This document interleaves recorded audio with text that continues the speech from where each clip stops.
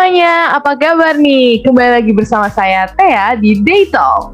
Buat kalian nih yang pertama kali mendengarkan Day Talk, selamat datang. Di sini kita bakal bicarain banyak hal, baik dalam dunia olahraga, percintaan, curhat, bahkan sampai random talk pun kita juga bicarain. So, podcast kali ini kita akan bicara mengenai tantangan Pancasila di era disrupsi. Tapi podcast kali ini kita sedikit berbeda ya dari biasanya, karena podcast kali ini kita melalui Zoom Meeting.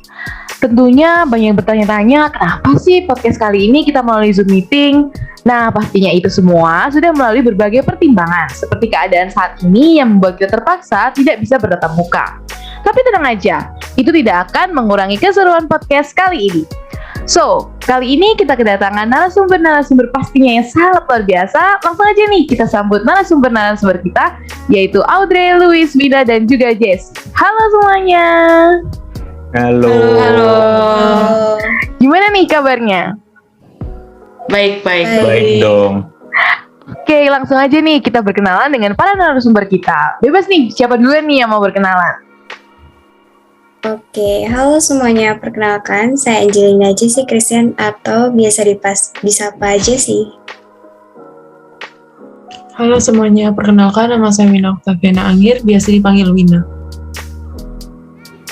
Oke, halo semuanya. Perkenalkan, namaku Audrey Tasya Prabowo. Kalian bisa panggil aku Audrey.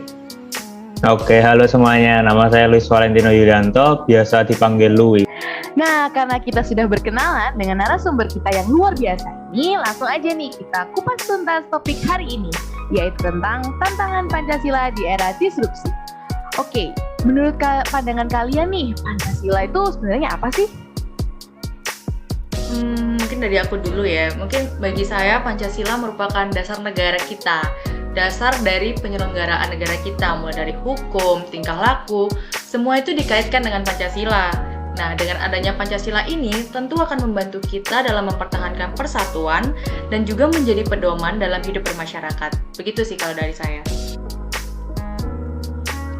Ya, kalau saya sendiri saya melihat bahwa Pancasila itu memiliki arti penting sebagai dasar negara, yaitu Pancasila menjadi pedoman bagi masyarakat Indonesia. Nilai-nilai dalam Pancasila adalah nilai yang mendasar untuk dijadikan pedoman peraturan dan dasar dari norma-norma hukum yang berlaku di Indonesia. Pun demikian dalam pandangan hidup.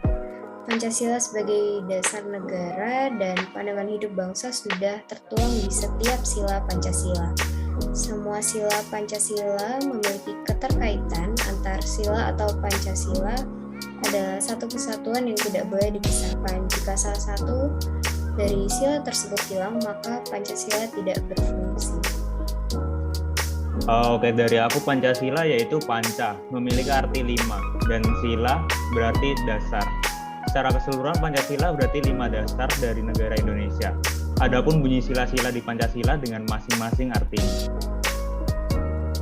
Kalau menurut saya, Pancasila itu adalah 5 dasar negara yang berisi pedoman atau aturan tingkah laku masyarakat yang pastinya penting dan baik, dan itu tidak bisa dilepaskan dari kehidupan berbangsa dan bernegara, yang bisa dijadikan sebagai lambang persatuan dan kesatuan serta pertahanan negara Indonesia. Oke, jadi bisa dikatakan nih kalau Pancasila itu adalah dasar negara atau kayak jati diri bangsa Indonesia gitu ya. Nah, lalu bagaimana sih kalian memaknai Pancasila itu dalam kehidupan kalian? Kalau dari saya sendiri dalam memaknai Pancasila dalam kehidupan sehari-hari, yaitu dengan cara menjadi lebih baik dari sebelumnya, seperti mengimani adanya Tuhan Yang Maha Esa, mematuhi perintah dan menjauhi larangannya, menerapkan toleransi, menghormati orang-orang di sekitar kita. Itu sih. Oke, kalau bagi aku sendiri sih Pancasila itu bagaikan pedoman ya. Dengan adanya Pancasila ini saya dapat menjadi pribadi yang lebih taat dan juga lebih baik. Misalnya menjadi pribadi yang lebih taat beragama, pribadi yang mementingkan keadilan dan persatuan, dan juga pribadi yang mementingkan kepentingan bersama-sama seperti yang ada pada sila-sila Pancasila. Mungkin bagi beberapa orang isi dari Pancasila ini terdengar sepele ya. Namun sebenarnya dengan Pancasila, tidak hanya saya namun juga negara kita sebenarnya berpegang pada dasar negara ini. Oke, jawaban yang sangat luar biasa ya. Nah, di era yang sekarang ini yang mana bisa dikatakan adalah era disrupsi, di mana teknologi itu semakin maju, perkembangannya semakin maju, teknologi yang semakin maju. Menurut kalian, apa sih tantangan dalam mengimplementasikan nilai-nilai Pancasila di masyarakat? Oke, dari aku, seperti yang kita ketahui ya, pesatnya perkembangan ilmu teknologi itu menjadi kekhawatiran terbesar dalam perubahan karakter, juga tingkah laku generasi milenial. Nah, generasi milenial saat ini itu berumur antara 18 sampai 36 tahun, yang merupakan generasi di usia produktif. Nah, generasi ini akan memainkan peranan penting dalam keberlangsungan kehidupan berbangsa dan bernegara. Generasi milenial memiliki semangat produktivitas yang tinggi, serta memiliki relasi yang baik antar generasi lainnya. Namun karena hidup di era yang serba otomatis, generasi ini cenderung menginginkan sesuatu yang serba instan dan sangat mudah dipengaruhi oleh tren dan budaya luar. Nah, hal inilah yang menjadi titik kritis bagi masa depan negara dan bangsa kita. Perkembangan teknologi ternyata masih menjadi hambatan untuk mendekatkan dan menyatukan anak bangsa. Akibat dari tidak seimbangnya antara perilaku milenial dengan penerapan Pancasila adalah ciri khas bangsa kita, seperti gotong royong yang mulai memudar seiring berjalannya waktu. Hal ini menjadikan generasi milenial menjadi manusia yang individualis serta kurangnya rasa nasionalisme dan patriotisme. Kalau menurut saya, kurang lebih pendapat saya sama. Di era 4.0 ini perkembangan teknologi menjadi tantangan tersendiri bagi masyarakat di era sekarang. Maka dari itu, di era saat ini kita harus benar-benar bisa memfilter agar tidak semakin jauh dari pengimplementasian nilai-nilai Pancasila, dan justru sebaliknya. Dengan teknologi yang ada, kita harus dapat memanfaatkan sebaik mungkin. Oke, jadi bisa dikatakan bahwa tantangan itu sendiri adalah soal globalisasi dan teknologi yang semakin maju, yang mana itu membuat segala informasi itu menjadi akan tersebar dengan cepat ya.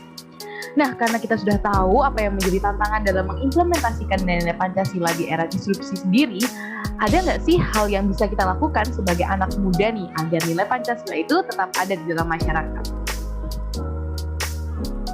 Oke, dari aku ya. Jadi, kan Pancasila itu sendiri adalah hayat hidup bangsa Indonesia sebagai penguatan karakter. Nah, dengan saling memahami antara generasi muda dan generasi tua, diharapkan ada penyesuaian dengan kondisi zaman. Peran media cukup krusial. Kalau zaman dahulu media hanya berupa televisi, radio, surat kabar, atau majalah. Tetapi era saat ini ada perkembangan media yang cukup besar, terutama media sosial, yang memegang kunci di kalangan generasi muda. Melalui media sosial, berbagai informasi juga mudah didapatkan. Media sosial ini yang dahulu tidak ada, karena itu menjadi tugas bersama untuk saling memahami dan memanfaatkannya. Selain itu juga harus ada integrasi antara media sosial dengan media televisi atau media cetak. Konten-kontennya harus memuat ideologi Pancasila. Dunia perfilman saat ini juga sudah mulai mengangkat kisah-kisah pahlawan, tokoh-tokoh besar, atau orang yang inspiratif. Nah, walaupun memakan waktu yang lama, hal ini bisa membuat generasi Indonesia memiliki karakter yang kuat. Selain itu, hal ini juga dapat menggerakkan anak muda untuk mencari tahu tentang kisah inspiratif dan akhirnya menjadi tahu. Baik, sebagai penerus generasi muda, kita harus menerapkan nilai-nilai Pancasila sejak dini. Mulai dari hal kecil seperti membantu sesama, menghargai, dan menghormati orang lain. Indonesia juga memiliki budaya yang amat sangat banyak. Kita juga harus melestarikan budaya kita yang sangat luas agar tidak punah dan tidak terpengaruh dengan budaya-budaya luar. Kalau menurut saya, sebagai anak muda ini kita harus bisa menyaring terlebih dahulu segala pengaruh-pengaruh asing itu yang masuk ke Indonesia.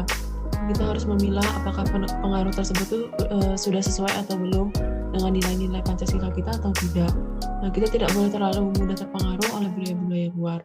Nah, agar anak muda sekarang ini dapat menerapkan nilai-nilai Pancasila, maka mereka tuh juga bisa menjadi pribadi yang bangga menjadi warga negara Indonesia, Mereka juga harus bisa mengenal lebih dalam budaya-budaya yang ada dan mengharumkan nama bangsa Indonesia melalui prestasi-prestasi yang mereka miliki.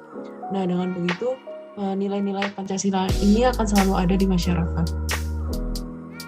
Oke, kalau menurut saya sendiri yaitu kita sebagai generasi muda harus sudah belajar dari sejak dini ya bahwa Pancasila merupakan hal penting yang menjadi pedoman dalam kehidupan bermasyarakat.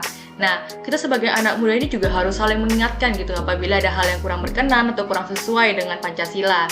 Nah, karena bagi saya, mengikuti globalisasi, perkembangan teknologi itu sangat boleh untuk dilakukan, namun hal itu jangan membuat kita goyah dari dasar negara kita yaitu Pancasila.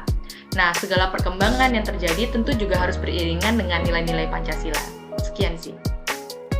Oke, jadi bisa kita simpulkan bahwa Pancasila itu adalah dasar negara dan di era disrupsi sendiri yang mana semuanya serba maju membuat perlahan-lahan nilai Pancasila itu bisa hilang dalam masyarakat. Tapi sebagai anak muda yang menjadi penerus bangsa, banyak hal yang bisa kita lakukan untuk mempertahankan nilai dari Pancasila sendiri. Karena Pancasila adalah jati diri bangsa Indonesia. Dan kalau bukan kita sebagai anak muda, siapa lagi yang akan mempertahankan nilai Pancasila? Wah, tak terasa waktunya sudah habis nih. Terima kasih ya buat seluruh narasumber kita pada hari ini yang sudah memberikan kita banyak banget insight-insight, khususnya sebagai generasi muda untuk bisa terus menanamkan nilai Pancasila. Oke, episode kali ini cukup sampai di sini dan jangan lupa dengerin Day Talk di episode selanjutnya. Karena di episode selanjutnya kita akan membahas tentang lebih sakit mana sih, friendzone atau gagal move on ya. So, jangan sampai ketinggalan di episode-episode lainnya yang tidak kalah seru. See you!